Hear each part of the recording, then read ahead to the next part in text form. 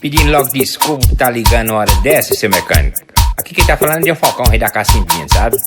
Minha rural velha me deixou aqui na mão, moço. Não prego, não pega de jeito nenhum essa porra. Eu bato na chave, ela só fica dig, e não pega, moço.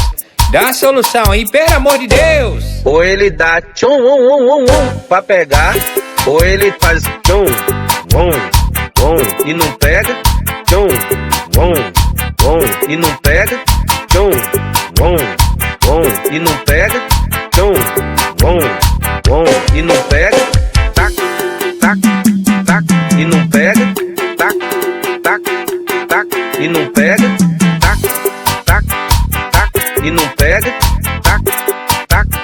tac, e não pega. Eu acho que eu entendi mais ou menos, sabe? Vai, repete aí pra eu ver. Ou ele dá tchum, pra pegar, ou ele faz tchum, e não pega, tchum, e não pega, tchum, e não pega, tchum. Ah, é assim, né? Tá, e não pega, tá, e não pega, tá, e não pega, tá, e não pega. Agora esse diga aí você não tá entendendo não, você tem de me explicar direitinho. Pois é, meu filho, não aguento mais gastar com esse carro, velho, não. Eu acabei de comprar 4 rodeiras novas pra botar nele. O botijão de gás tá aí, é 0.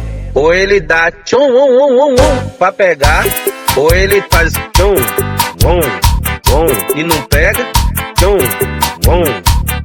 e não pega, tchum, e não pega, tchum, e não pega, tac, e não pega, tac, e não pega, tac, e não pega,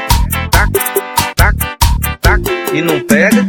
Eu acho que eu entendi mais ou menos, sabe? Vai, repete aí pra eu ver. Ou ele dá tchum, pra pegar, ou ele faz tchum, e não pega, tchum, e não pega, tchum,